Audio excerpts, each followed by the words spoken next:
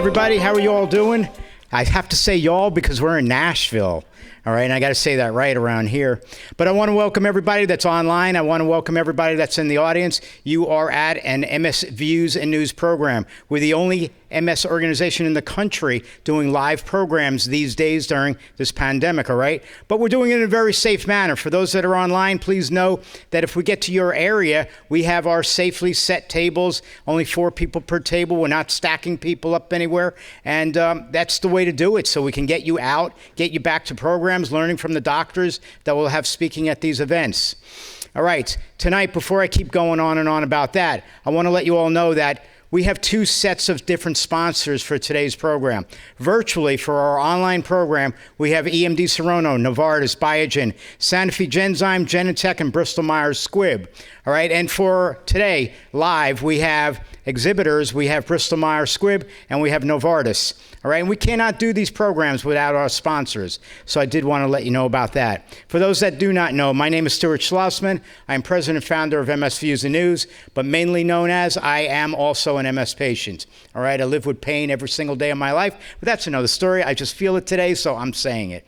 Okay, next, today's program. So for those that are in attendance and for those that are online, Dr. Hunter, who is the medical director of the Advanced Neuroscience Center in Franklin, Tennessee, is here, and he'll be speaking for about 50 to 55 minutes concerning topics of the symptom management, all right? And he's only going to talk about the primary symptoms because otherwise we could be here all day just talking about all the symptoms about MS.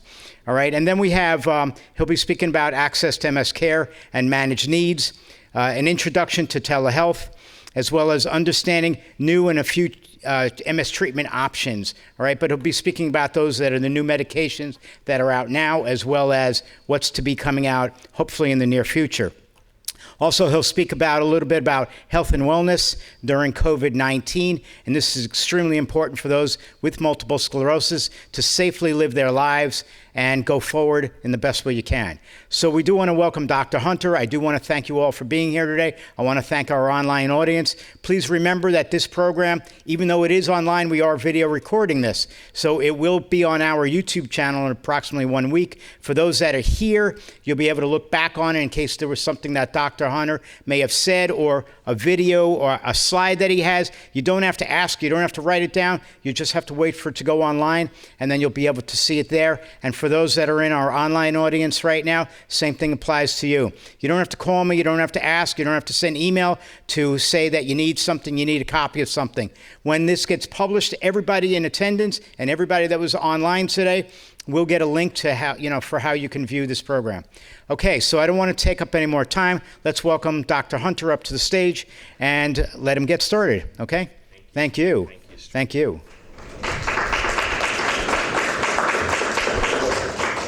So for those of you who don't know me, this is my 5th decade of medicine and my 4th decade of caring for MS. It's a real privilege, and I thank all the sponsors for making it possible to get this kind of information out. In these kind of talks, I'm allowed to say what I want without the government getting in the way of what I mean, which often happens in pharmaceutical company programs. So I am very grateful to be able to work with the industry. I work with most of these companies. I help give them advice about how to present their drugs, design their drugs when there's a problem with the drugs, and what are the opportunities they're missing. So we are going to be talking about MS symptoms. And I think if you're new to MS, understanding what is a real challenge. And symptoms, relapses, and progression are concepts I try to get across. And symptoms are basically indicators of damage in the brain, whether it's minor damage or severe damage. And the brain and spinal cord and optic nerves are basically the tissues that are involved in MS. They're really all what we call central tissues. They're different from the arms and legs. The arms and legs are more like conduits. The nerves out there, they're very rugged. They get completely different set of problems. But relapses means that suddenly comes to a change that lasts days or weeks. And that is, of course, not everybody with MS has relapses, but most people do. All right. I have a lot of people tell me about disability and if they have progressive disability or progressive MS. And this is somewhat of a gray area, but a relapse is basically not a problem which necessarily resolves. It's a new problem, okay? A progressive disability is one that you can't tell when it changed. It's so similar from day to day that when it gets worse, you really can't tell except in retrospect or when you cross a threshold for being able to do something. I think the best way to look at that is that most people get worse when they have a relapse and don't completely improve. And that is the most common pattern of disease. But people who are older, over 40, tend to have elements of this progressive disability where the longer pathways sort of continuously get worse because they have existing MS lesions in these pathways that are slowly affecting them. And the prior damage results in such stress in the nervous tissues that it effectively ages at a much faster rate. Akin to a car that doesn't have a high gear and you have to run the engine in low gear to get anywhere. That's a lot like how the nervous system works in MS. And it's certainly, you understand what fires are like, and you have to burn the fire hotter to get the tissues to do something. And that's really how our bodies make energy, is they burn glucose in the brain. And that produces a lot of toxic side effects if you have to use a lot of it. And people with MS use a lot of energy to do common things. Okay. All right. So when we talk about more disability, we use the term sometimes disease progression. That's not the same as disability that's progressive. But being worse during a relapse is common. And when people are on treatment, the relapse onset is sometimes really slow. It's like they don't even realize they're having a relapse till someone else looks at them and says, hey, you're really having a lot of trouble with that leg, or you're seeing things, or you're not thinking right, or you're going to the bathroom all the time. More relapses and generally in MS leads to more disability, and especially the older you are. Progressive disability, which is something you can't really tell is going on, is not always real severe, but you see that people don't walk right, and they used to walk right, and you can't tell when that started, and maybe they didn't have a relapse. Maybe they had a mild one and they didn't notice and just didn't recover. So, there are very few things we can measure accurately in practice. In research, we can measure things, and we know that things change in the brain. We know that the brain loses tissue when your MS isn't controlled. And you can measure it if you really go to the pains to do it. And there are simple ways and there are complicated ways. As far as disability progression, it's defined around a relapse. If you didn't get better from the relapse in terms of your disability, then you had progression. And this always concerns us. It's one of the things that get measured. And if you've been to pharmaceutical industry sponsored trials, you hear about the disability progression. That's not progressive MS. And nowadays, fortunately, the government has let companies talk about progressive components of MS because they've realized that everybody has progressive components. It's a question of how much. So when we get to symptoms, we're talking about the things that people have that are the consequences of their MS. And vision is one of the really common ones, either blurred or double, which are completely different problems. Double vision means your eyes are not pointed at the same spot. Some people were born with their eyes not pointed at the same spot, but most people have very good binocular vision and they notice immediately. Some people are born with one bad eye, and when they get a problem in the good eye, it's really a big deal, but most people have a spare eye, so it's a very different experience. As far as when we talk about limbs, we talk about the arm and the leg, and people tend to more complain about tremor more in their arm and stiffness more in their legs. Sensation abnormalities can lead to trouble with dexterity in the arms, and they lead to balance problems in the legs. So pain is its own kind of problem. We'll talk a little bit about the symptomatic management of pain. And then bladder, bowel, and sexual dysfunction is one of the longest pathways and the most complicated pathways in the nervous system, and that's why it's often affected in people. As far as things that are a little harder to get your arms around in terms of symptoms, the cognitive aspects of MS, which often are referred to as processing speed, memory, and mood, are really a big deal. And that's where we've made a lot of progress in treating MS in the last decade. And we'll talk about that. Now, obviously, the symptoms differ from person to person. There are different locations, things that are above your ears in the cerebrum, which is the big part of your brain, most of your brain, really is something smaller than a piece of fruit doesn't usually get your attention directly.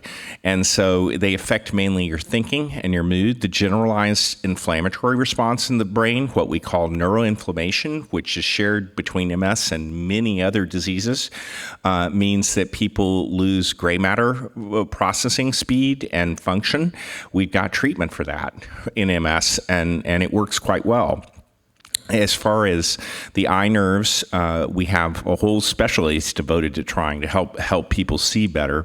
And then in the spinal cord, which is where the rubber meets the road for most people with MS, because virtually everything else that they notice is in the spinal cord or brainstem. The brainstem's kind of a glorified piece of spinal cord. It's the bottom of your brain. And, the sensation, your strength, your balance, your hearing, and so forth. Are all run through that area, as well as the bladder and the bowel. And if people have MS long enough and have enough problems, it's almost unavoidable that they have significant spinal cord dysfunction. So, number one problem, fatigue. It's always a rare circumstance when I meet someone who says, fatigue doesn't bother me with MS, because it's usually the number one complaint. We do have treatment for it. We have symptomatic treatments for it, and we have MS therapies that work for it. That said, it's still going to be the number one complaint that people who endorse it generally have. Some people have it predominantly during their periods when their MS is active, and when they get better control of their MS, their fatigue gets better. But most have some element. I would say it's more akin to what normal tiredness is, but it's exaggerated, and it's often on a circadian rhythm. It's worse in the afternoon when everybody's sleepy anyway. It seems to keep track of the body temperature. We're going to talk about some of the treatments for it, but just because there's stimulants are available doesn't mean more stimulants are better. It's often referred to as laziness kind of fatigue, because it's more laziness generally than sleepiness. If it's mostly sleepiness, it's probably got an element that's not purely MS fatigue. It's got what we call a secondary cause that we'll talk about. This is often a sleep problem. And it can be due to the temperature, either internally because you're exercising, or you have a thyroid problem or a fever, or it can be heat externally, heat stress in the environment. Mood often contributes a lot to fatigue, and people with MS have mood problems a lot, usually depressive symptoms, and this is because of the inflammatory response in the brain. Literally what happens is your immune system turns on, the immune system eats the brain connections. They go down dramatically. And so you just can't think as clearly. You can't concentrate as clearly. You're tired, you wear your brain out trying to do things.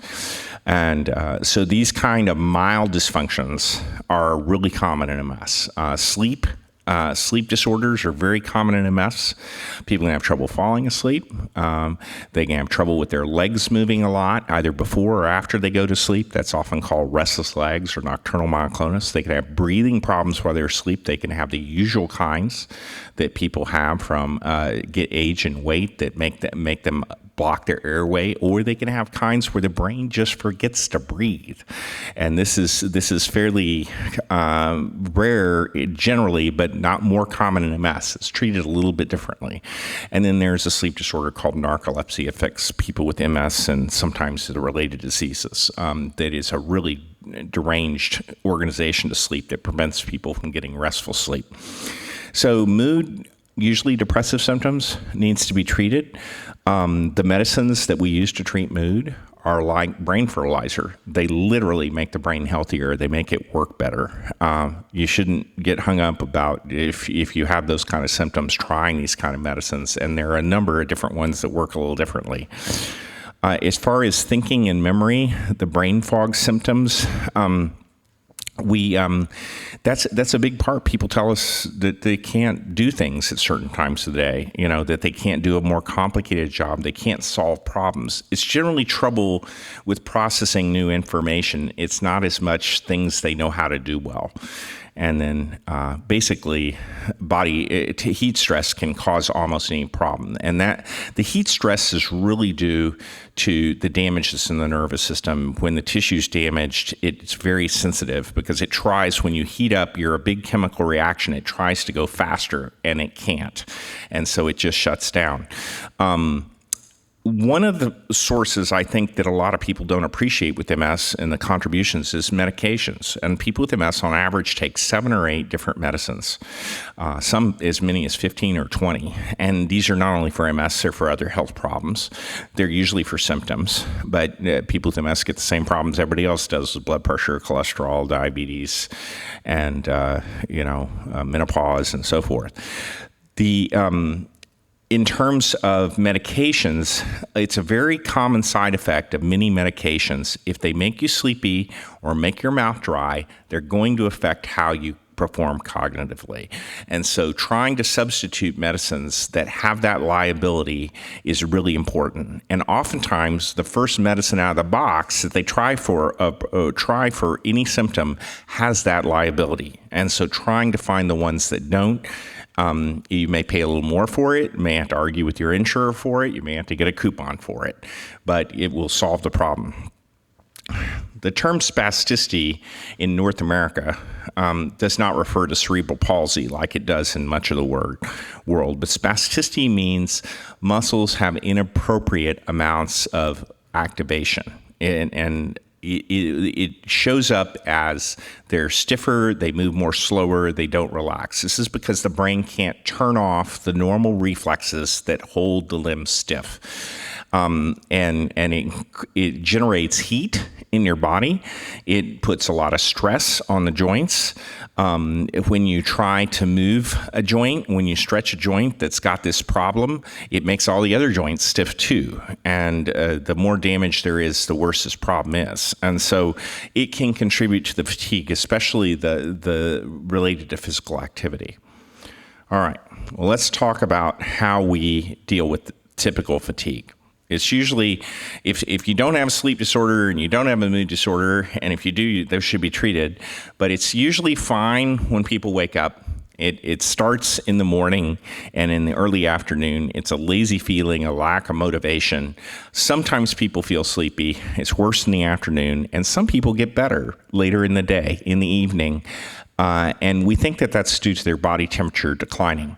I get a lot of phone calls about whether somebody gets a fever or not in the afternoon. Your body temperature is nearly 100 degrees normally in the afternoon. That is normal body temperature. It changes throughout the course of the day. It's lowest about 5 a.m. And women's is affected a little bit by where they are in their menstrual cycle. Rest often does help, and a little rest like a nap can help some people, and a more prolonged rest has to help other people. And it's very clear that we can't find any particular MS lesion that's responsible for that. So it's a generalized effect of how the immune system has impacts on the brain from the signals it makes. How do we manage it? Well, we kind of go through a checklist of things. We see if people are sleeping. If your brain cannot change your sleep schedule very quickly, so anything that's doing that is going to interfere. Problems breathing during sleep are common. We screen for that with a sleep study, as they're commonly called. Restless legs are really common in people with MS. 20 to 30% of people have this. It's usually they notice something in the evening, or their partner may notice it when they're asleep with these jerks, which can be more than just just their legs. Everybody jerks a little bit when they're asleep, but this is a lot of jerks, and they disrupt people's sleep. There's a lot of ways to use medicines to treat insomnia that are very safe. If people have pain, either musculoskeletal pain, headaches, nerve pain, tooth pain, any pain, it disrupts their sleep. Having to get up and go to the bathroom a lot disrupts your sleep.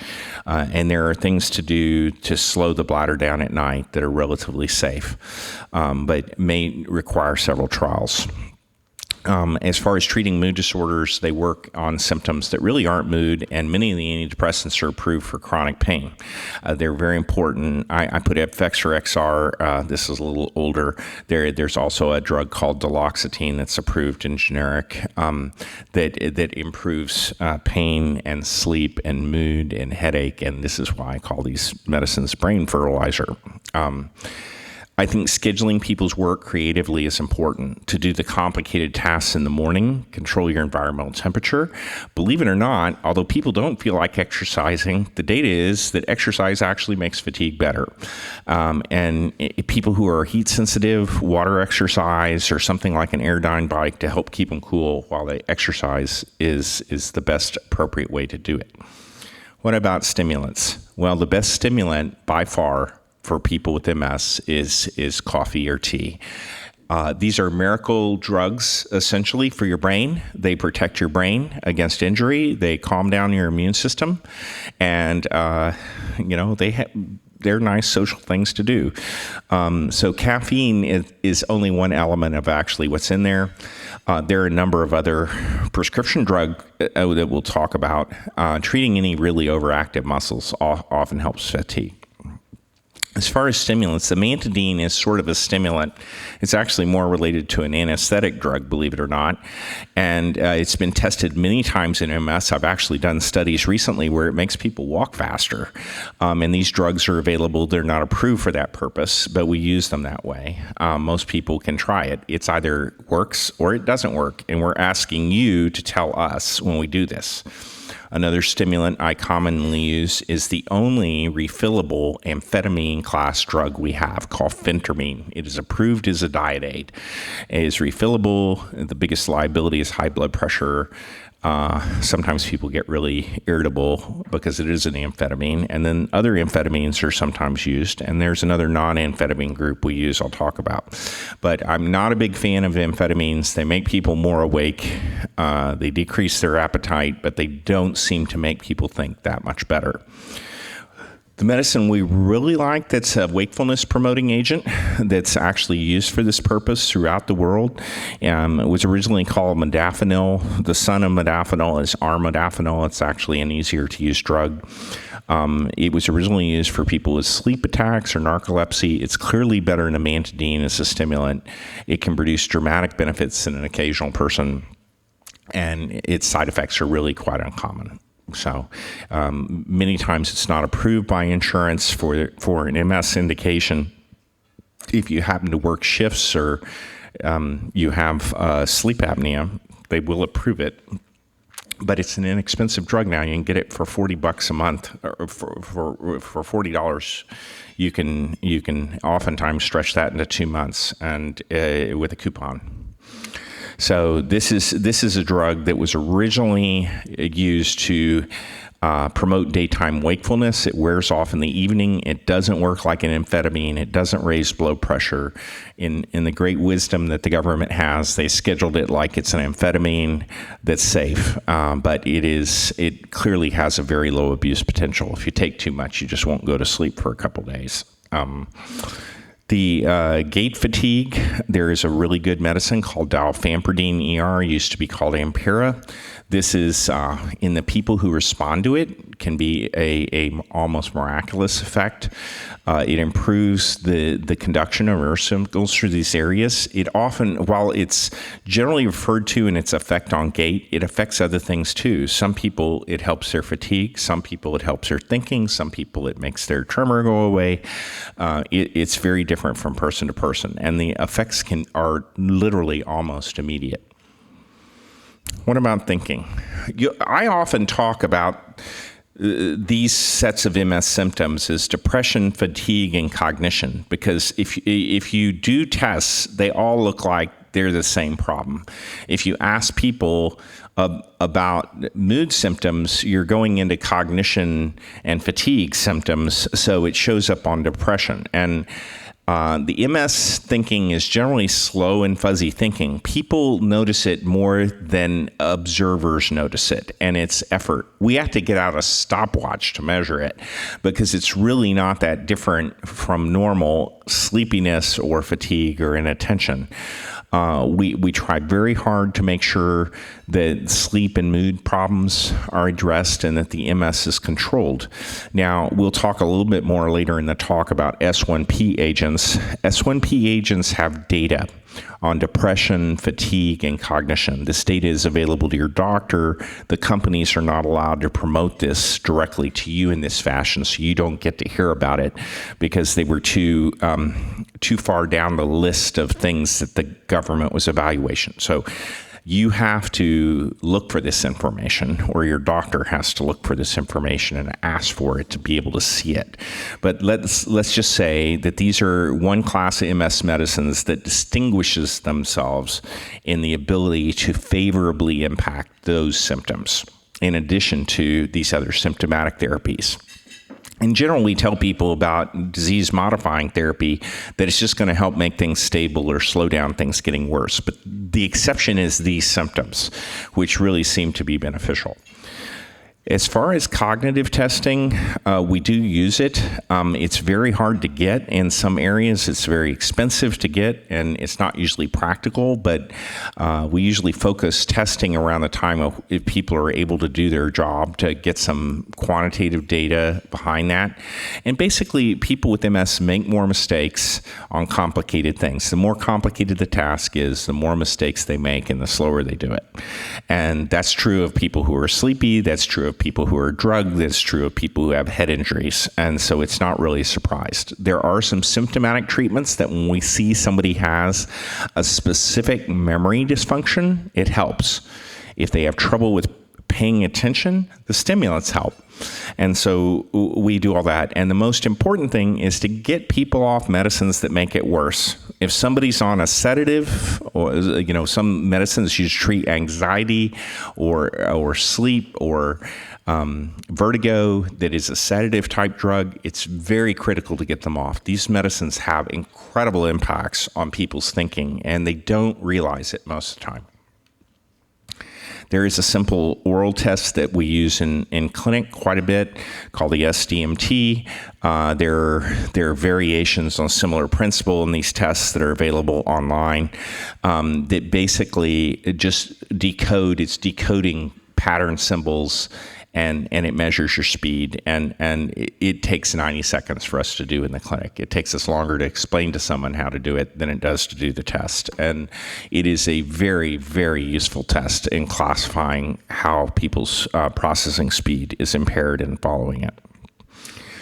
All right, let's change gears. Let's talk about pain. Pain is usually a big subject in MS.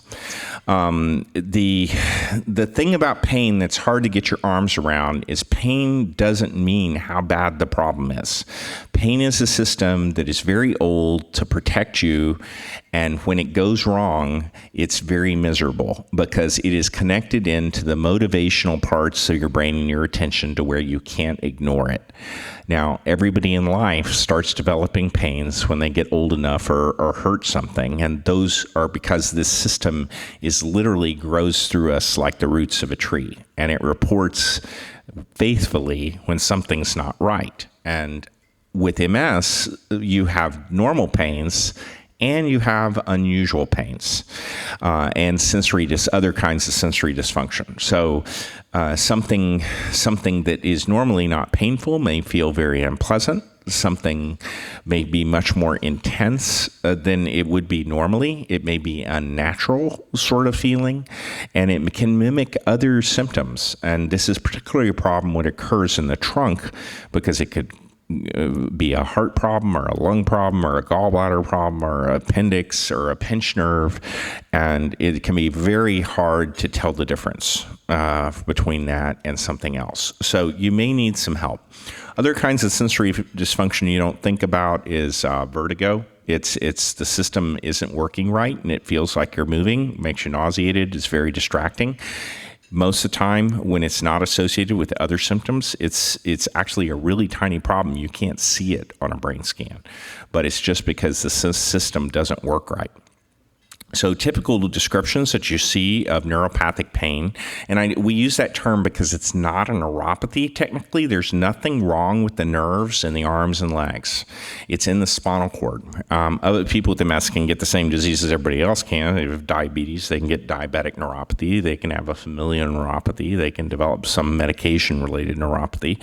But most of the pain people with MS have is actually from very tiny areas of damage in the sensation pathways that essentially represents static or a short circuit, and so they describe them in these unnatural fashions because they're extraordinary sensations. One of the most classic ones is the tight band-like pain around a trunk or limb. We call an MS hug. Electrical-like pains when people move their head or neck, shooting electrical pains have a doctor's name on it. They're called Lhermitte phenomenon. This goes back to the 19th century French doctors who originally began to be able to pick apart what was going on in people with MS. Pains with MS usually aren't real, that are due to MS, usually aren't in a tiny area. They're usually over a region. So they're usually distinguishable from a joint pain like in the hip or knee or ankle or thumb. What can you do for these pains? You can do a lot of things for these pains. First of all, we have some medications I'll talk about, and there are other modalities. There's a very simple electrical stimulator that you can buy online. They're about half the price online. They are in a pharmacy. It's called transcutaneous electrical nerve stimulation, or just a nerve stimulator for short. That trick the spinal cord into shutting down some of the pain information. When something is in the hands, feet, or arms, sometimes capsaicin ointment works. This is available without a prescription in a pharmacy. Burns like fire the first time you put it on, but it's killing off the pain nerves, and sometimes that works quite well. There's a patch called Salonpas that's a much milder treatment. It has menthol and capsaicin in it as well.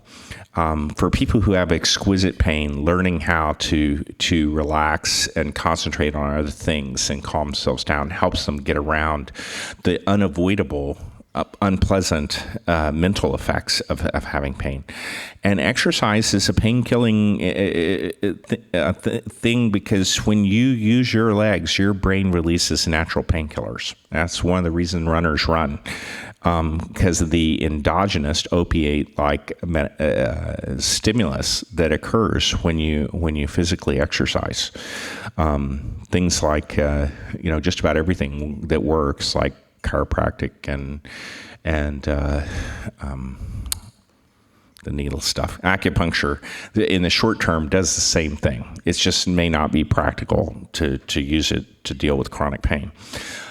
I get a lot of questions about stronger painkillers, which are called opiates. Opiates really, really do no better than non-narcotic medication, and often worse when they've been tested in settings. And they're dangerous drugs. They're named after the god of sleep for a reason, because they kill your brain function too. So they have very small role in people with MS, and pain is importantly. And I think it's most important for family members of people with MS. Pain is not an indicator of the severity of multiple sclerosis. So how do we treat it? You have to try. It's trial and error. We start with one thing. We see if it works. It depends on the kind of pain. You have to realize pain might not be completely controlled. We try generally what we call anticonvulsants because they all came from learning to treat epilepsy, and there's a number of these. We call them gabapentinoids or sodium channel blockers. I've got them listed there. There are non-narcotic painkillers. You get these over the counter, or the one that's prescription that's actually quite effective is tramadol. It is is limited because in the wisdom of the state regulators, they treat it like it's oxycodone. It's about 1/1000th of the effect of oxycodone. So it is, nobody essentially dies from tramadol. It is a very low abuse potential drug, and it's very valuable for people with constant pain.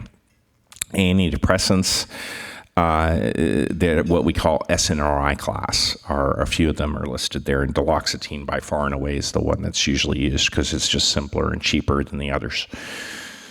All right, going to move on to another common symptom, vertigo. Vertigo means the sensation of movement. It can interfere with your vision or balance when it's bad. It makes people feel much more disabled than they actually are. It's just because the two inner ear organs don't agree with what's coming into the brain. And so the brain interprets that as I'm turning, rocking, rolling, and you can see it in people's eyes sometimes, the direction that they feel like they're moving. I mean, I see people that look like they're doing somersaults, and sometimes it can be very disturbing. There are many medicines, even over-the-counter medicines that you can purchase, meclizine being the most common one, that deals with mild or moderate cases. Tranquilizers are sometimes used for bad vertigo because it knocks down the severity. And there's a very powerful anesthesia medicine called glycopyrrolate that also is used for that. If it's a really bad problem and part of a relapse, we may treat it as an MS relapse. Another disability that is very big on treating today is spasticity. This results to injury, the nerve fibers, and the reflex gets reprogrammed, and you don't have control over the muscle relaxation anymore. These reflexes are good. They normally help you stand up without thinking about it and keep your limb in a place, but the limb effectively becomes stiff, it spasms, and it jerks. The spasms may be painful, but they're not the usual reason for pain. Usually it's neuropathic pain. Most pain in MS is not due to spasticity. There can be so much spasticity that tugs on sore joints enough that it's quite painful, especially in the back. But a lot of people will pursue surgery or Botox to try to control pain, and it doesn't do that very well. So spasticity becomes a focus of treatment when movements are not normal and they're an obstacle to walking or daily living. So we don't forget, if it's something that started recently, treating it with steroids often will get some relief. When we talk about muscle relaxants, we're really just talking about a few medicine. Most of the things that primary care passes out for muscle relaxants, like chlorzoxazone or cyclobenzaprine, have such limited benefit that neurologists don't usually use them. The medicines that are heavy lifters are baclofen and tizanidine. Learning to use these is really important. They are highly effective drugs. They are unfortunately not long-lasting drugs, and people may need to find the right dose 3 or 4 times a day to keep a symptom under control. There are other medicines that are used in exceptional circumstances. Medicines that are tranquilizers have horrible side effects on people's mind, and so we use them very sparingly. There are other rare medicines that we use to control more severe spasticity. But the most important things that people who have spasticity can do is stretch. And stretching is the most important, quickest, most neglected way to make spasticity better.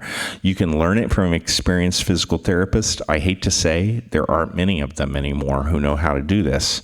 They're best done by self at home or with family help, and it works best if it's done several times a day. And people with MS usually need to stretch their calves, stretch their hamstrings, and stretch their hip flexors several times a day. Medications don't replace that. Medications make it actually easier to do and to get good results. And the consequences of not stretching are that you get painful immobility, you can get deformities, including contractures and joint destruction, and you don't function as well. And you have fatigue, and you have to fight against really stiff muscles just to walk. In the case where people's spasticity is the worse than anything else in their life, we consider putting in a baclofen pump, which works for the legs. If they can't take enough medicine and we can't keep it controlled, it will get the legs loose. But however, they will probably not be able to stand up if they have significant MS. And these pumps are not perfect. The surgeries are not perfect. The hands are not helped. So it is something we go to if people are walking and they just have spasticity in one ankle really bad. We look at a tendon surgery to help lengthen the Achilles tendon or relocate a tendon to balance their movement. One of the revolutions of treating spasticity and really improving our armamentarium has been the ability to make a muscle much less stiff. And we can do that when we're not getting good enough results with baclofen or tizanidine or one of the other medicines to get the muscles that are getting in people's way of moving and sitting, in the legs usually, but sometimes in the arms, to relax. And this is injecting a tiny amount of botulinum toxin in a lot of different places. We do this in neurology for headaches, for people with movement problems in their neck, for people with writer's cramp, and it's done, of course, cosmetically in people's faces to help heal wrinkles. But the doses we're talking about are about, between 5 and 20 times what people get to treat wrinkles in their forehead. And we inject large muscles with larger doses in order to get them to relax. And the nice thing is it knocks the nerve out of the muscle enough that the muscle becomes much less stiff without producing a weakness that's going to limit someone in any way, because those muscles are gigantic and overgrown to begin with generally. We can straighten a foot out. We can straighten a knee out. We can decrease the amount of spasms. We can make it easier for people to lift their leg when they're walking. And this is an amazing thing. It usually requires a treatment every 3 or 4 months until it really calms down. Then we have people who get it every few years in some cases. So this takes a very specialized physician, usually a neurologist who's specialized in this area, or a physical medicine doctor. So I'm not going to spend a lot of time on bowel, bladder, and sexual dysfunction because it's a very specialized area, and Stuart's asked me to cover a number of topics. But I just want to say that these are reflex-related functions that don't work right in MS. And the bladder has really bloomed into a huge subspecialty of its own in gynecology and urology, and people with MS often benefit from the help from those physicians. As somebody who runs an MS clinic, we do a lot of the simple stuff. You either empty too well or you don't empty well enough, and you really can't tell much difference without investigating it, which is the problem, because either you're too full or you're not full enough, and it's the same symptoms. So incontinence is only part of the problem. People can store a lot of urine in their bladder, which causes problems on the kidneys. And we have a lot of medicines that slow down emptying, and we have medicines that can improve emptying. And it's what to do when it's a bad problem depends on the individual, and it can be even as far as putting in a device. Constipation is a little bit easier to manage. The miracle drug is called PEG. It went by the brand name of Miralax, and that drug will cure a rainy day when it comes to constipation, if people will simply use it and learn how to use it. All right. Sexual dysfunction can be a lot of different things. I'm not going to go into how to solve them all because of time today. We love MRI in that it helps us for some people a lot with their MS, and we hate it because sometimes it's really hard to get it done right.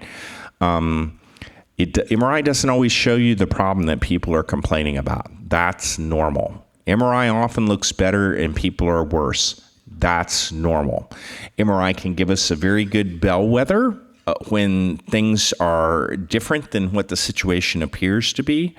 We have people that in the cerebrum have quite a bit of activity. That's an indicator they need more treatment. And we don't know that until we do an MRI scan. That said, when things look good on a treatment, they usually stay that way. But there are exceptions where people have a large amount of what's otherwise silent activity occur. This maybe 15 or 20% of people will have these kind of silent breakthroughs, and we take advantage of them because we can in the future change their medication. Most people have a very boring looking MRI, have been on an effective treatment and been controlled for some time. How do you get care for MS? Almost everybody sees a neurologist. There are other physicians who treat people with MS regularly. Most of them don't comprehensively know how to do it. A lot of neurologists don't have sufficient training to comprehensively manage MS. There's been some real changes in how neurologists are trained and employed, and a huge fraction of them are enticed to come work in hospitals when they finish their training, and they never get the kind of experience in the outpatient realm with MS that led to a lot of good neurologists being out there with MS. So you may run into people who have extraordinary gaps in their education if you enter a hospital system. The other branch of medicine that actually has dealt historically a lot in people with MS are called physiatrists or physical medicine rehabilitation specialists. There are not many of these. Some of them are really good, and they're very good at rehabilitating people, at treating spasticity, and dealing with dimensions of limitations. Most of them are so busy dealing with pain management issues that they get tied up in that area. Urologists have gotten very big about managing bladder issues. There's a lot that can be done if people have a bad bladder problem. Psychiatry and psychology are really important. Most people with MS have trouble with their mental health, and it ranges from mild to really incapacitating. And this is something that almost always can be improved. And making people feel like themselves is really important. Neurologists who do comprehensive MS care may be very skilled at doing some of this, but if it's a difficult problem, this is a way to divide the labor and get a better outcome by seeing these people. Ophthalmology and optometry are also really important, both in diagnosis and treatment. People with MS get other kinds of eye problems than just MS. Certain optometrists are called low vision specialists, and they do a good job with people who really have poor vision or limitations. All right. What about telemedicine? I wish we could do MS by telemedicine. I'm firmly convinced it's a sad situation to try to do telemedicine with MS. Can you do some of it? Yeah, you can talk to people.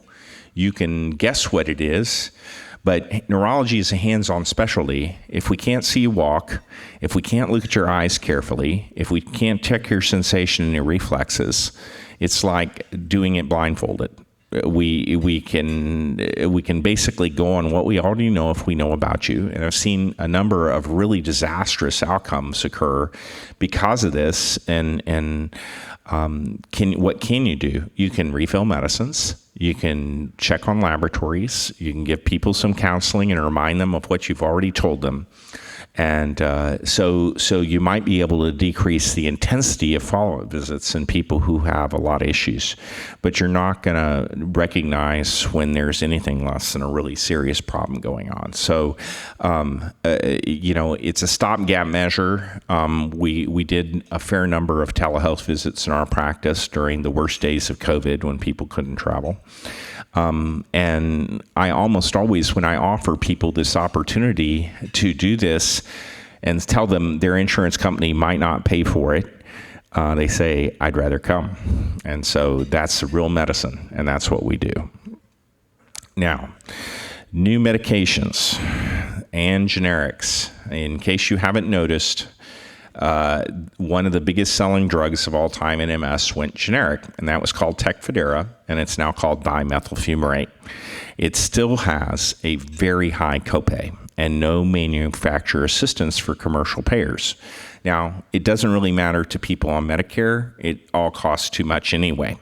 But it is, if you've got one of these lucky people that have really good insurance, or you don't have a problem with your Medicare copays, then you're all set for whatever you want to take. But the manufacturers of this drug, which are many now, have brought the price down to where it's below the cost. And so the insurers want you to use it.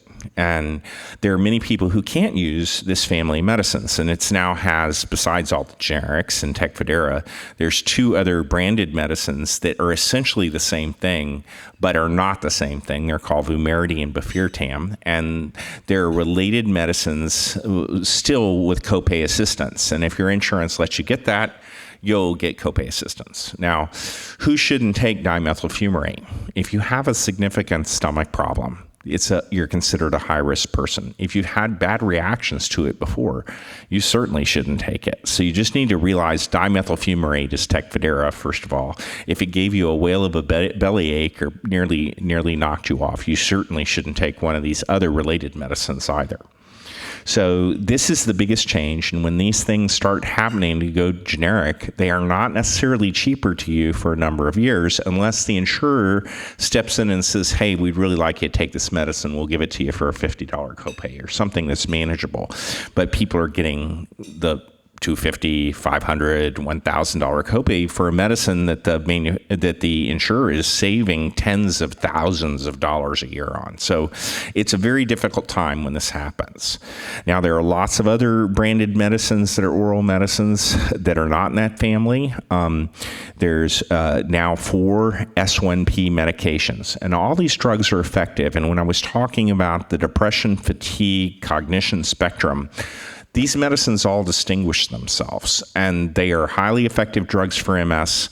I will say their advantage is what I talked about, and is that people tend to have depression, fatigue, and cognition problems. And every one of these different drugs has a different thing they excel at, but whether they're really that different from each other, we don't know.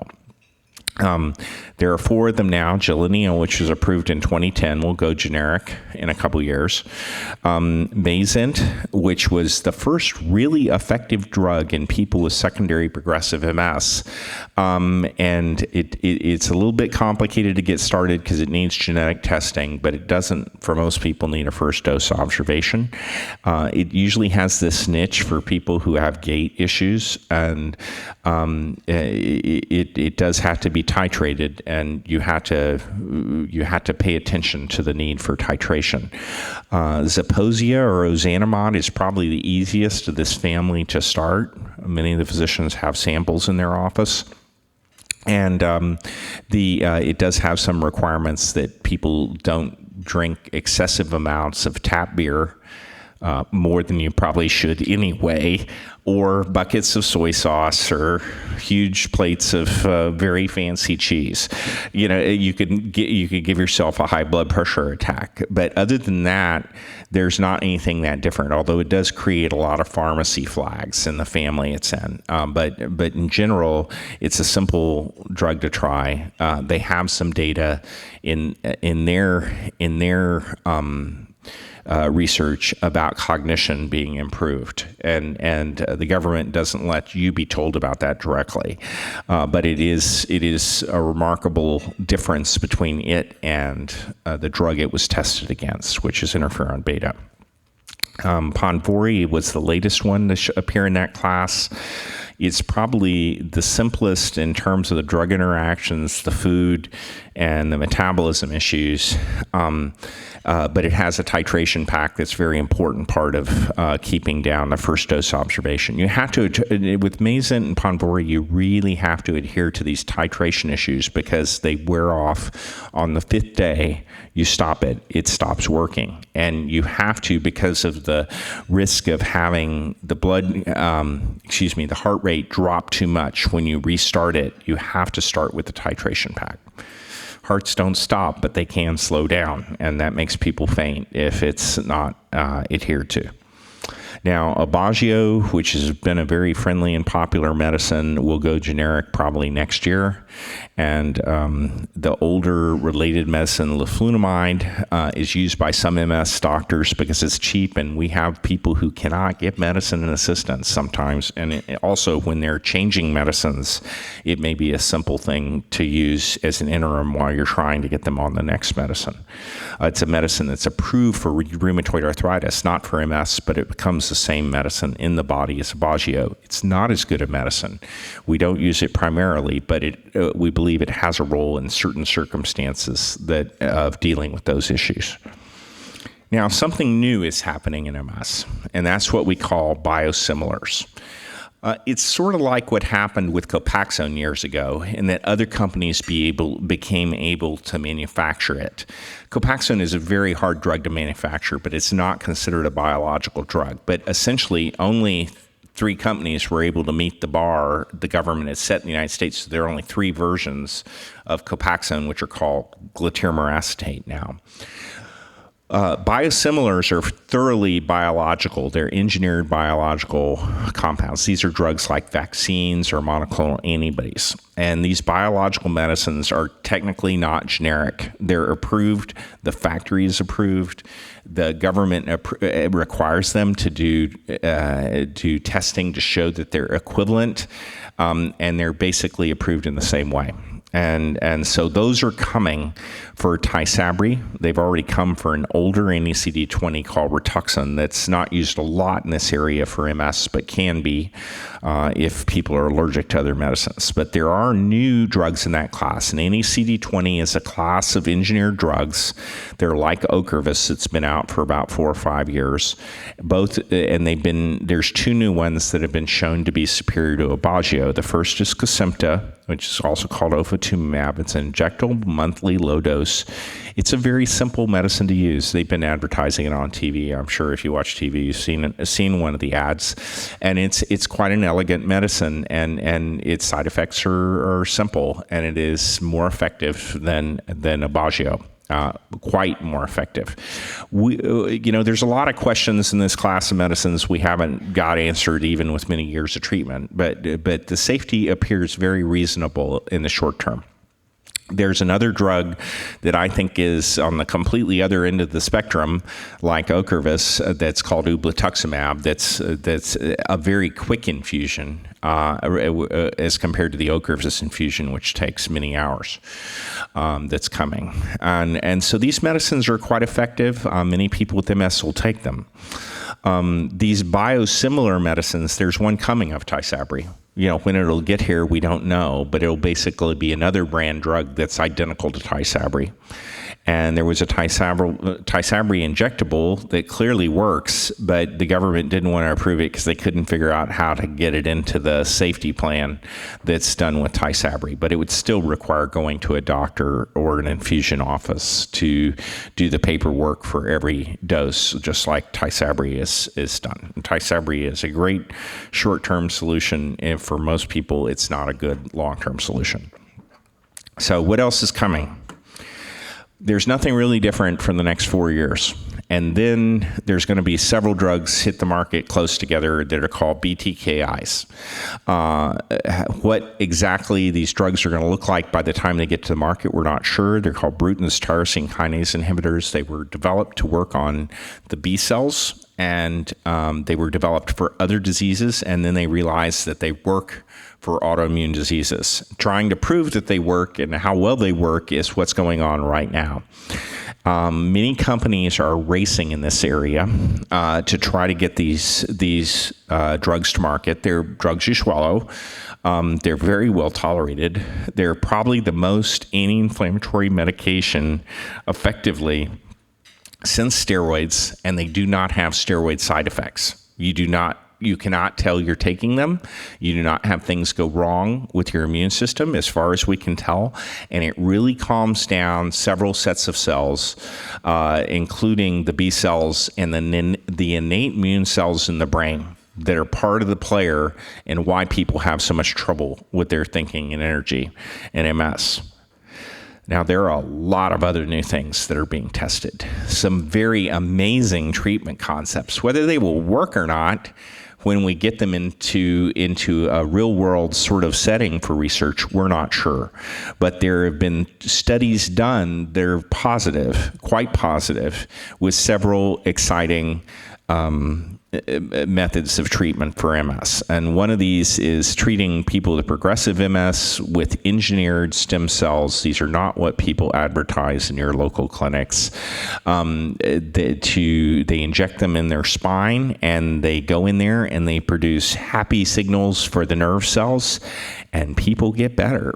It's quite amazing. We're talking about people you could count on your fingers and toes at this point.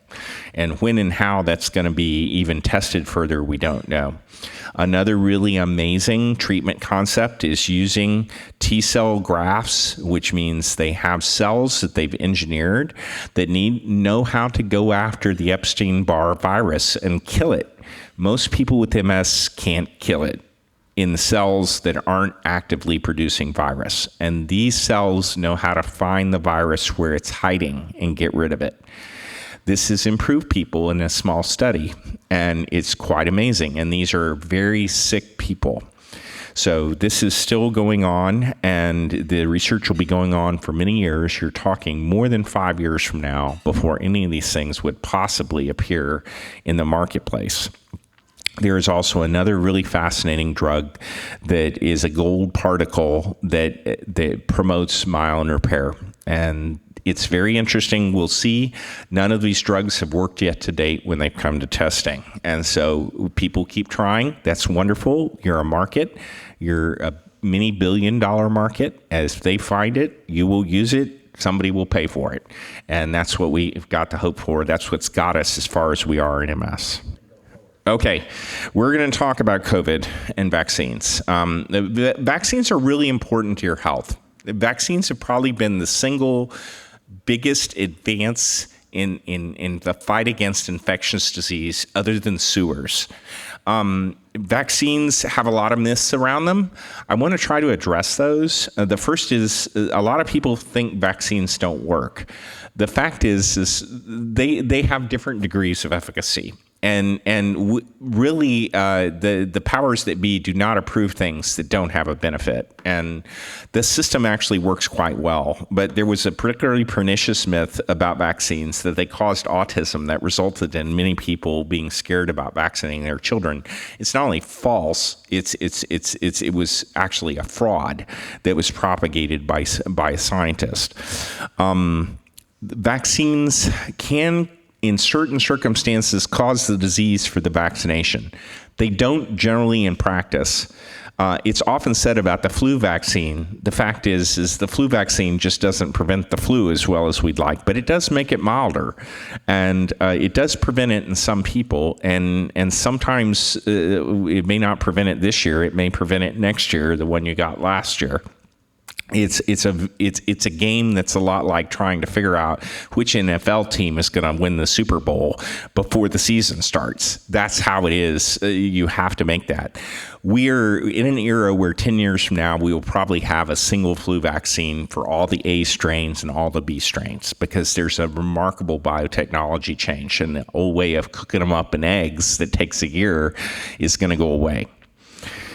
Now, there are actually, polio vaccine was a real problem for a while because it can cause the disease. And for about 30 years in the United States, all the cases of polio were caused by the oral polio vaccine. And so they went back to the old vaccine that's injectable. They give that to children first, and then they give them the oral vaccine, which produces better immunity. And it also immunizes everybody around them because everybody else gets it too. And because it's a real virus. And that doesn't happen anymore. There's a vaccine used in Europe that's for tuberculosis that can cause disease in people with weak immune systems. The chickenpox vaccine, once in a blue moon, it causes chickenpox because it is live chickenpox. It is just a very wimpy strain. I've seen it do that. And then the old rabies shot used to cause encephalitis. That's a large part of how we understand MS, is because that's what gave us the idea to understand MS in medicine 100 years ago.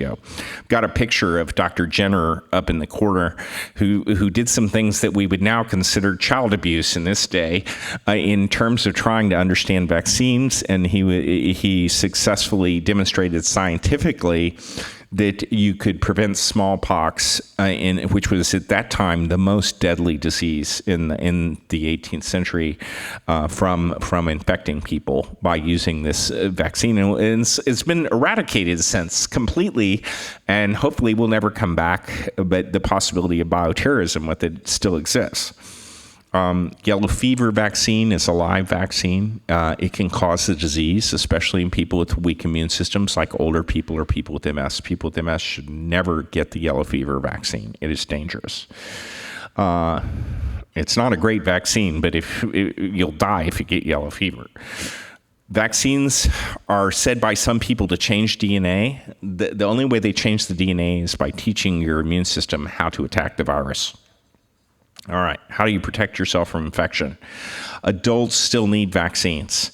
If they never got measles, mumps, and rubella after age 16, they need it at least once. Hepatitis B, it takes 3 doses or more if your titers were low. Nowadays, children get their first dose of hepatitis B vaccine before they leave the hospital. It's amazing. It's saved millions and millions of lives. Chickenpox, you need the vaccine if you weren't born before 1980 or you don't know that you've had chickenpox. And it takes 2 doses 30 days apart, and you will not get chickenpox. You may still get shingles. The seasonal influenza, you get yearly. Prevnar 13 is a once in an adulthood dose to prevent pneumonia. It actually prevents a lot of kinds of strep, but it prevents pneumonia. And it's a single dose in a lifetime. And the HPV vaccine is recommended for young adults. It prevents cancer. Very effectively prevents cancer. It's dropped cancer rates in women for cervical cancer by 90%. Over the age of 50, you need the old tetanus shot that you got as a kid called Tdap or DPT. It's called the pertussis vaccine because your pertussis immunity is worn off, and pertussis is a very nasty illness that you don't want. The shingles vaccine, when you're older, you need to get it.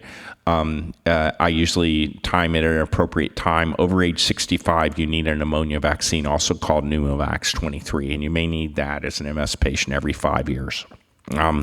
For travel, don't take the yellow fever vaccine. Don't take a live virus vaccine unless your MS doctor says it's okay. The most common vaccines have all been tested in MS patients in small quantities. Vaccines may even reduce the risk of an MS relapse.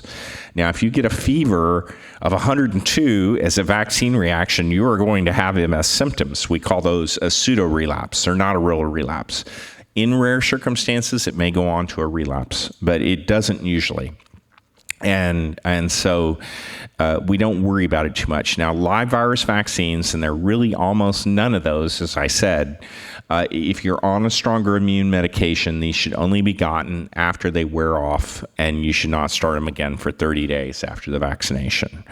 And the benefit of vaccination in virtually every case with a standard vaccine so enormously outweighs the risk of the vaccine that there's really not a concern about taking it. All right, let's talk about COVID. It was officially called SARS-CoV-2. It's like a virus that was seen 20 years ago, and in that case, it was successfully stopped by quarantining. This one was not stopped. It's related to these viruses, but it is not like these viruses. It's almost certainly a laboratory origin virus. Anybody who knows what they're talking about and doesn't have a dog in the fight who's looked at the data would say that. That said, that doesn't tell us how it got out. I would assume it got out because, man infected animal, animal infected man, man infected man.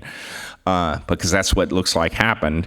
But it's a particularly nasty virus because it has a trick for suppressing the immune system, and it blocks the cell's ability to make interferon, which is the signal to the other cells to get ready for a virus that protects you against dying from viruses. People with MS don't die from viruses. for practical purposes. Can it happen? Yeah. I mean, people can get PML on Tysabri, or people can get a rare herpetic infection from one of our other medicines.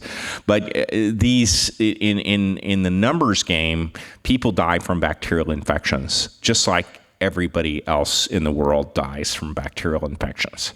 So COVID is an exception to the rule. And between 2 and 5% of MS patients die from COVID. It's been a tragedy. It doesn't appear that our MS medicines have very much to do with how bad it is. In fact, I would say the data is that, if anything, it looks like people have very mild COVID in general with MS.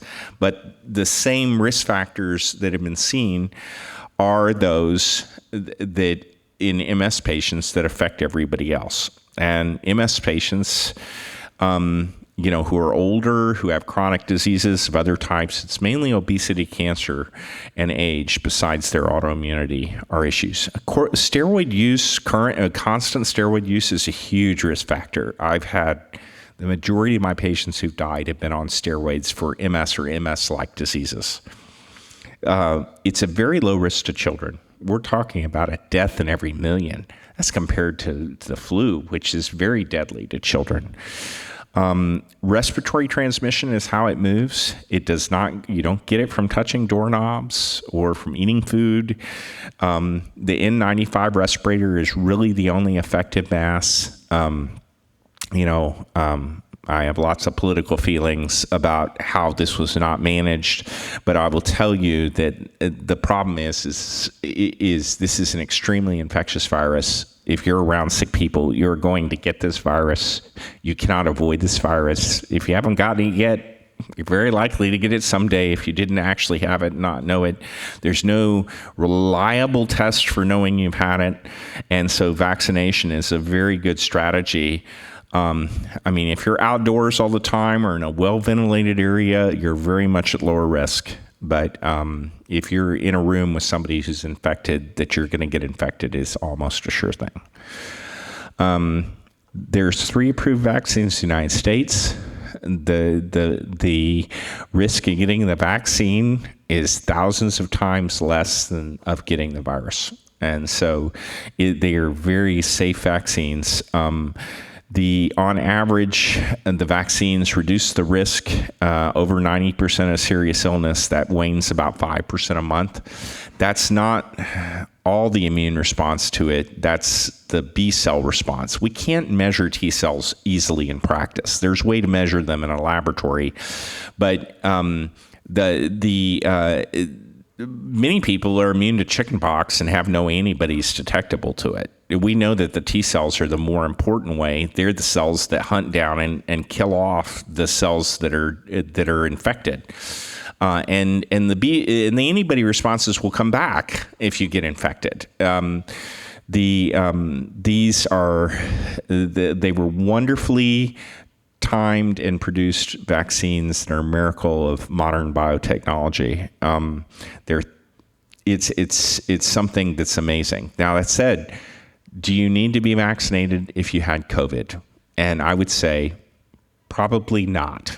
But if your employer tells you have to be vaccinated, I wouldn't worry about getting vaccinated. People with MS will get symptoms oftentimes. If you get a bad response to the vaccine, don't take it again. But taking ibuprofen and Tylenol, before and after the vaccine regularly will usually prevent most of the symptoms. People with MS are recommended currently to have a third dose of vaccine. You can get that 30 days after your last dose. You don't have to wait many months like is recommended for older people currently. Now, what do you do if you get COVID? A lot of things have been looked at. A lot of things help. They just don't help well enough to make them worth doing. That's rather controversial. But you can easily show that these things work, but they don't work well enough to change the outcome in people who are already severely ill. All right. And you've heard these names: hydroxychloroquine, azithromycin, ivermectin, metoprolol, statins, interferon. Interferon Reba has been tested for COVID. Does it help? Yes, it helps. Does it stop it? No. Corticosteroids reduce the severity of the illness. Many of the MS medicines, they have antiviral effects. Do they prevent it? Absolutely not.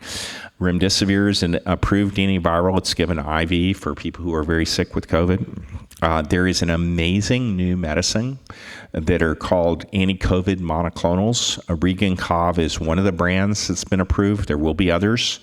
They're for people who have been exposed to COVID, who are high risk and have not yet gotten sick.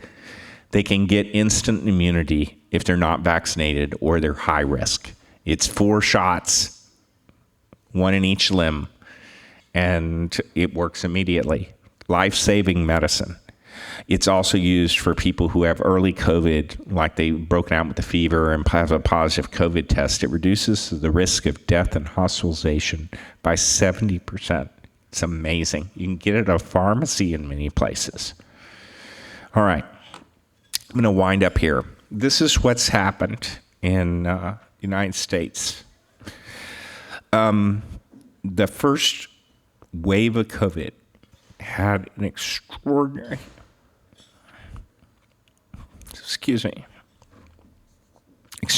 number of deaths.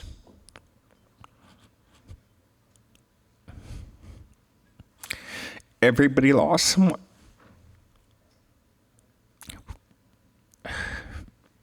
We're moving toward immunity. We're almost there.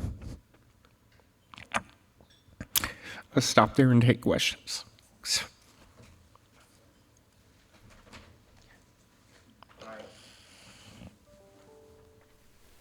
So you can see that this is quite a subject for Dr. Hunter that he just does not want to discuss, all right? I mean, I know he wants to discuss it, but it's way too difficult.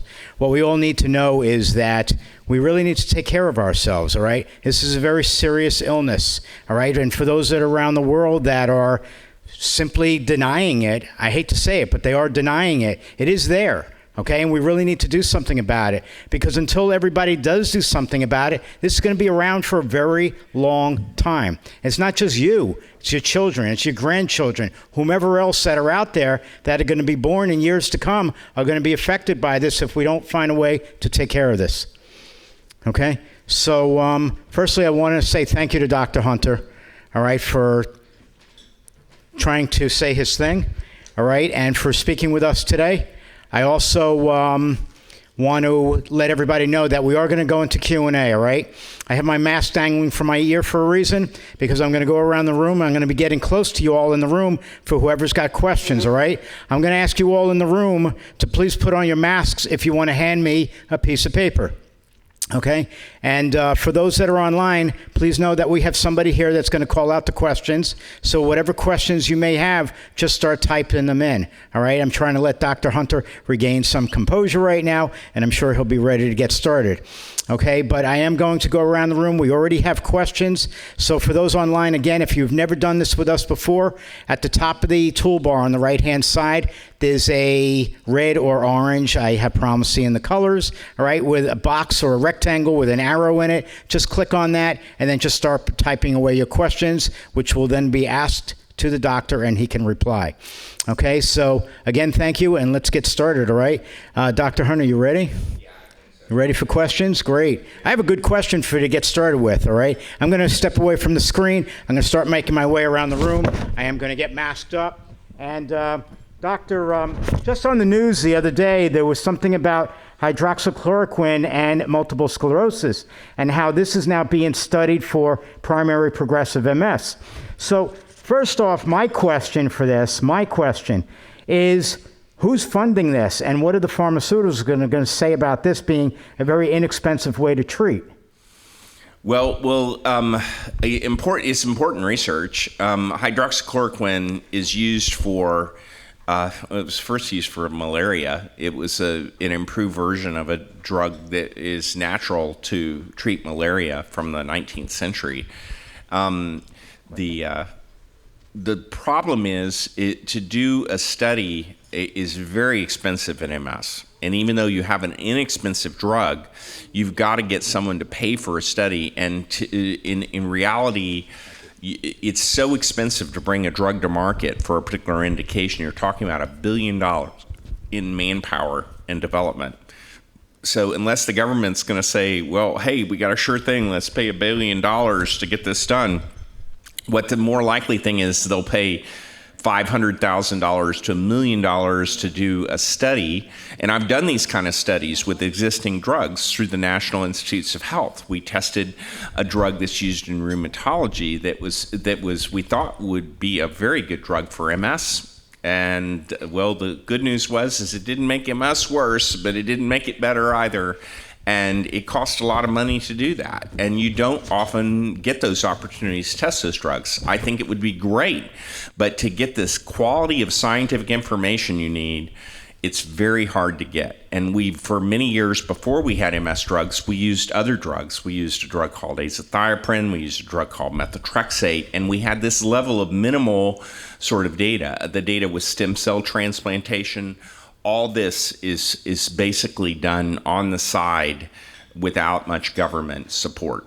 And to get a formal approval, it's never going to be formally approved. Would it be used? Well, hydroxychloroquine is an easy medicine to use. Is it going to work? I don't know. I have other things I can do that are cheap that I know will work. Thank you for your answer. Online, do we have any questions? We have a few. First question we have is, what might a patient do when doctors are unresponsive or do not coordinate care? The most important thing you can do is show up in the office first thing in the morning and be the first patient and be polite, squeaky wheel. And I routinely, when a patient's in the office, try to get the job done while they're in the office. Some offices are easier to work with than others, and it's very frustrating. But the best way is if you are present and you are articulate and you go there with one purpose in mind, you are very likely to get the job done. Some health plans are extremely bad for permitting doctors to get help from other physicians. Get out of these health plans. They're HMOs or they're managed care. I call many of them healthcare prison. Practically the whole state of Kentucky has got healthcare prison. It's really frustrating if you're on one of these plans. If you have a Medicaid, Medicare Disadvantage plan, you're in prison most of the time. It's unbelievable. It's an insurmountable. In this state, you can't pay cash for care if you have Medicaid. If you go to try, if your daddy shows up with a roll of hundreds and wants to pay, he can't do it. They were not allowed to do it. So it's very frustrating for people who have these limitations based on systems. The best way, most physicians want to help you. Most of them are willing to do it. The shorter your visit and the more pointed your visit is, the more likely you're to get that done. Thank you. Over here now, it's in neuropathy in the legs. Is neuropathy in the legs part of MS? If MS doctor doesn't recognize it as part of your MS, should you go to a different neurologist for it? Well, neurologists are the right guy to be at when you have a nerve pain, whether it's actually in your legs or it's in your spinal cord.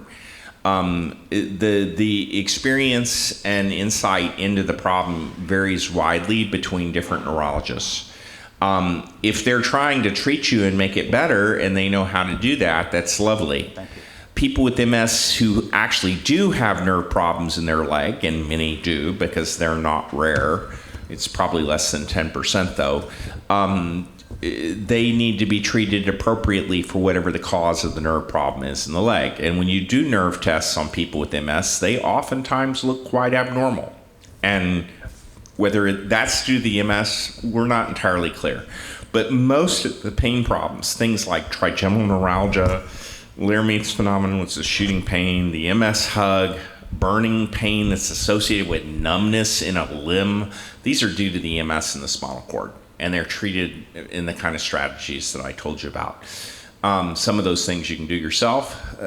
Certain medicines you need, a physician's pen, we don't use pens anymore for writing prescriptions, but it works the same regardless of who's holding it. So knowing what you'd like to try is often helpful, but the skill of the person who's giving it varies a lot.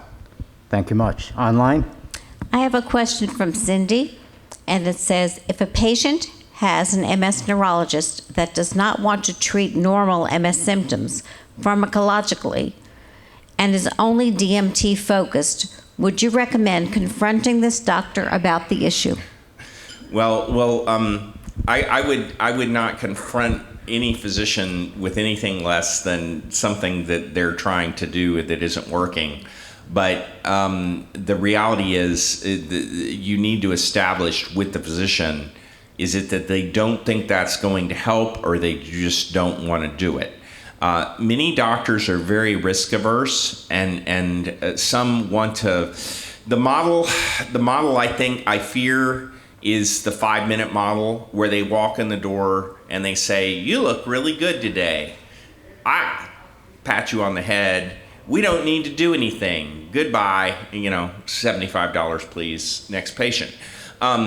In most of the world, that's how MS care is. In Great Britain, it's 3 minutes. In Canada, it's 5 minutes. In Italy, it's 5 minutes. In Germany, it's 7 minutes. In the US, the average MS patient's 30 to 45 minutes.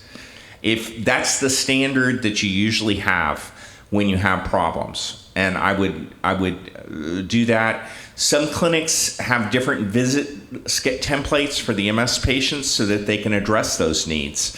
Many neurologists, 50% of them at least, want to turn around and run the other way when you show up. That's the way they look at MS. And that's not just true in the United States, that's true world over. Because many doctors don't want to talk to people, and if you can't talk to people, you can't treat their MS. Thank you. All right. A person writes, I have curling fingers, and they're very stiff at times, and I can't seem to unfold them. What can be done? All right. So if you have a hand that's starting to get curled like this, that's spasticity in the arm. Usually your elbow's stiff, usually your shoulder's stiff, and people tend to carry that arm like this when they walk, and that is associated also with weakness. The botulinum toxin is really good. You need an experienced physician who knows how to do that. Not all neurologists or rehabilitation doctors do that. But it is the way that it's treated if baclofen and tizanidine don't make it a lot better. It's very important for you to be stretching. And if you've seen an occupational therapist, they've taught you how to stretch out those flexors. The problem is the flexors in the arm are much bigger muscles than the ones that move it the opposite direction, and they will overcome it and prevent you from using the hand. You can't, if your wrist and fingers are flexed, you can't use your hand. It doesn't work right. You have to be able to have the wrist in a neutral position for it to work right. Sometimes it's even splinted that way. But you've got to stretch it out. Botulinum toxin injected into the forearm flexors, botulinum toxin injected into the biceps to calm it down, calm the stiffness down. You need to be stretching that arm. You need an occupational therapist to teach you how to stretch that arm. You need to always remember that when you have to lift your arm, you have to turn your thumb out, because when you have spasticity, it turns in, you will damage your shoulder if you try to lift your arm with your thumb turned in. Naturally, you turn it out when you do that, and that prevents the two bones in your shoulder from colliding with each other and really injuring each other. So it's extremely important if you have upper extremity spasticity, arm spasticity, that you get it treated appropriately. Most people with MS have more leg spasticity, but if you have weakness on one side, it may be arm spasticity too. Thank you. Online? I have a question for you. What is your best guess for when there might be some kind of blood test or any kind of biomarker testing to see what's going to be the most effective MS drug for you? Oh, that's a good question. So whether a biomarker will show us what the best test is. So far, the best biomarker has been MRI, in that people with very high amounts of inflammation, we always skip the preliminaries. Nowadays, we sort of skipped almost that the first drug is dimethyl fumarate, which is not a bad drug. It's a little slow out of the gate, and 25% of people can't take it, to try to get things calmed down. But we often use other drugs first. When you see somebody, especially a younger person or a non-Caucasian with active, that means there's recent inflammation, you can see the inflammation on the MRI, that is almost an emergency to get fast disease control with as highly effective medicine as we can possibly get an insurer to approve. And that is, without a doubt, the best thing. Otherwise, we have 7 or 8 different classes of MS medicines. You ought to try something different if it's not working well. We routinely reevaluate on a yearly interval whether what we're doing is controlling the symptoms and whether it's making people miserable or not. Okay. Thank you. So next, thank you for that. Next, people want to know how they're going to know what might be best drug for them to use if they feel that one thing is not working for them, because they physically feel and see that they're getting worse, and sometimes their doctor does not agree. Well, you need to ask the doctor why. But let me tell you, part of the resistance in changing treatment with physicians is it's an enormous overhead to change somebody's treatment. All right, and you don't see this because it's behind the scenes. It's many times hours worth of staff work, weeks worth of correspondence, fighting, phone calls. It's if you try to get something that the insurer doesn't want to do, you may or may not succeed. A few weeks ago, I basically was taking a patient's case to the state attorney general and told the insurer their next phone call would be from the attorney general's office. And then they changed their policy, all right? But not everybody can do that. Not every physician can do that. And I certainly can't do that routinely. This was a big enough deal that protect the health of the people in the state. I was prepared to do that. There may be, a dozen doctors that could get that done in this country. Most of them fight on the little battles. You can't find a big battle. But it's hard to do. So you realize your physician, if he's telling you he doesn't want to do that, there's always a reason, okay? And the reason may be that's not a good idea. The reason may be I can't be sure I can get that done. Or the reason may be I don't know how to use that drug, okay? And a physician isn't going to do something that he doesn't know how to do. And there's a drug that's known for its high efficacy and how complex it is to use. And I use a lot of that drug. I've been using that drug for 20 years. But most physicians wouldn't dream of using that drug because they got no idea how to make things happen and how to deal with any issues that come up. And that's just being safe in physicians. So it really depends on what the particular issue is. And I wish I could give you a more clear answer. And it ranges from what we would consider as laziness or in the inability to get the effort to it's really just looking out for what you want. And if there's something different you want, you may have to shop around. If you're going to get an opinion from somebody else, never go see that person without the records being transmitted by the physician. If you do that, you're going to get a bad evaluation. You're going to get a less than optimal evaluation. People do this a lot, and I guess it's human nature. They go to some of the best doctors with the least amount of information, and you're going to get less than optimal results. So it's not easy when you have MS getting the things you need. And but I hope that any colleague who's properly trained would be articulate with you as a reason why something isn't a good idea from their point of view. Thank you. Online? My comments online now are just lots of kudos to you, Dr. Hunter, that it was a great presentation, great information, well presented, and lots of thanks to you. Yeah, thank you. Great. Now we get to continue with questions. Thank you. So a person here wrote, do you see the technology using COVID vaccine applied to the flu vaccine in the future? And I'm going to ask you, just going a little bit further with that, is MRA now being used or looked at for a future MS treatment? Is what being used? mRNAs. mRNA. Okay, this is a good question. This is a very big question. Okay, and there's really two questions here. The first is about, is it going to be used for other infectious disease? And I sincerely hope so.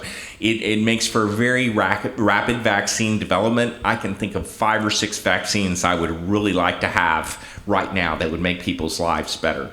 But as far as the influenza vaccine goes, which is a huge problem because we're using 100-year-old technology to make these vaccines, and they don't work as well as we'd like. We already have found scientifically, they've already found there is a way to vaccinate people against all flu vaccines, all right? That's not here yet. It will get here. It will probably get here faster because of this technology. I don't know. It's basically... development is driven by the fact that somebody who invests $1 billion can make more back. All right. So, and this is a very risky proposition, and they've tried to do these vaccine development is very expensive because of this. When you have a biological compound, you not only have to develop for it the technology and prove it works, but you have to have a factory that they prove they can do it the same way every time. So it's like developing 2 drugs, and it's very, very expensive. So as long as there's a market for it and the government's going to likely approve it, they will do it. So anything that's the case will happen. We'd like to have a vaccine for the flu. We'd like to have a vaccine for RSV. We'd like to have a vaccine for Klebsiella. These are the things that kill people off. I would really love to have a vaccine for Epstein-Barr and CMV that wreck your immune system and cause cancer. But they've tried, and they haven't been able to do it before. So whether this technology will overcome that, we don't know. We'd love to have a vaccine for HIV. They may have one. It's very hard to test it. They have to go test it in Africa. We now have a vaccine that looks like it works for malaria. What an earth-shattering thing! I mean, this is one of the diseases killed more people in history than any other. And things get better. Technology is better, and the pharmaceutical industry is the goose that lays the golden egg. That the guy who owns the goose makes a lot of money from. So, thank you. So 2 questions I have remaining. One is which MS persons or people to travel. So many are afraid to get on the planes.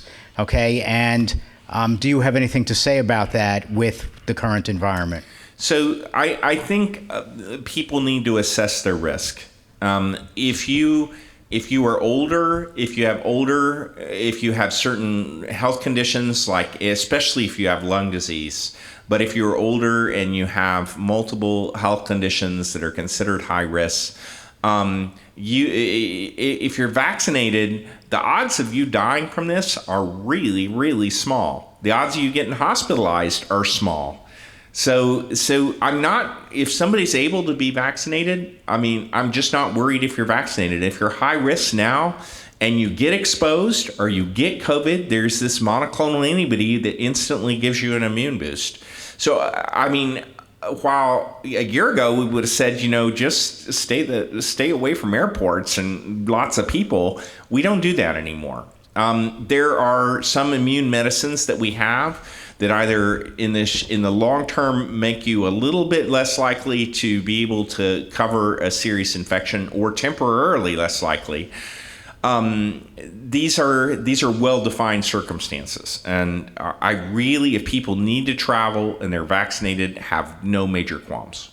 Thank you. And for those to know, I'm 62. I have comorbidities. I have lots of things going on. I also need to start traveling again, get back and forth across the United States to provide these MS events. So what did I do? I got boosted, just so I feel a little bit better, okay? And I will continue to do these things as long as it helps me to stay in the air and keep me from getting sick, all right? And I will know, if I need to, that there's those extra antibodies out there to help treat me, that it'll be done. But I do plan on getting out there and educating those in the United States with multiple sclerosis. So Stuart uses an N95 respirator too, which is for a few hours a practical thing to do, but it's very hard to use day in, day out. You get a lot of face and skin irritation related to the moisture associated with using that kind of And device. extremely difficult to breathe when you're having to race through airports to catch connecting flights, right? Where there's ventilation, where there's good ventilation, That's right. It's a lot less risk than when you're sitting next to 6 people. Okay. That's right. Yeah. But at least when you're running through an airport, yeah, there is plenty of ventilation, but you get in trouble by many places if you're not wearing a mask. So we wear it and we deal with it because the bottom line is how many people are being helped by what we do, okay? All right, the last question that I have. This is a great question, by the way, by the person who gave it to me. All right, will the coming Tysabri biosimilar also correlate the JC virus to PML? They'll have their own test. Since the laws of physics are the same everywhere in the universe, as far as we can tell, the drug is will be identical. It's made by a large Swiss pharmaceutical company, so I don't doubt that they know what they're doing. And the government will be very sure that it works before they do it. And the data will therefore be exactly the same. They will have their own tests that they pay for in their own system for monitoring safety. I can't tell you ahead of time whether it'll work the same, but it better if it's going to get used. Well, thank you for that. And thank you for all your talk and your answers to all these questions. It was fabulous. Please know that aside from us starting to do live educational programs again, we are doing still our virtual events, all right? We are doing 10 to 11 programs per month online. All right, it's there for those with multiple sclerosis and their care partners to learn from. It's there for all of you to learn from. We also have, in addition to the actual educational programs, we're running different classes now. We have a Pilates class once a month. We have a yoga class once a month, and we have physical therapy classes twice a month. All right, it's there for the better of everybody living with MS. So I'm hoping that not just you all hearing this today, but tell those that you know that have MS about it as well. Tell them to get onto our website, get registered for our programs. Everything is now listed down the center of the column, the center column of the website, all right? And just click on the different programs and get registered for them. Once you're registered for a series, you will be carried over for all the other series of programs, all right? We did a program last month in Atlanta, Georgia. We're doing this one in Nashville. Next month, we were supposed to be in Birmingham, but because the Delta variant is so strong there, we were advised that it's probably better that we delay that for another time. We will be in Sarasota, Florida live next month. We'll be in Orlando. Okay, we'll be in various portions of the country. We're going to be in Louisville, Kentucky in the beginning of December. We're hoping to be in Western Kentucky or Southern Ohio, also at the beginning of December. We'll be in Greenville, South Carolina live in the middle of December. We hope to be in Jackson, Mississippi, now that things are clearing up over there, by the end or the middle of December as well. So we are trying to get back out there again. And for those that don't know, we are the leading organization on providing programs in rural America. So in 2022, we've really stacked ourselves up already to hopefully providing events in 50 different locations around the United States, in rural areas, in areas where people, unfortunately, have not vaxxed. We want to teach them the reasons for this. I want to get Dr. Hunter there. I want to get Dr. Boster there, a few others who are very strong in giving their message of the need to get this all straightened out and the need for you all to learn about multiple sclerosis. Obviously, you already know about it. You have it, all right? But what you can learn that much more to be better for yourselves and those that you love that also have MS. All right? That's all I want to say today. Again, I want to thank Dr. Hunter for being here. I know it was a hard day for you. I'm sorry for that. And then we'll get and then you'll know more about us as time goes on. As long as you're registered, you're going to get emails from me, all right? Or you'll get them from somebody in our organization. But please know that we are here for you and everybody else that pertains to what you live with MS. Thank you very much, and you all have a great day. Be well. Bye-bye.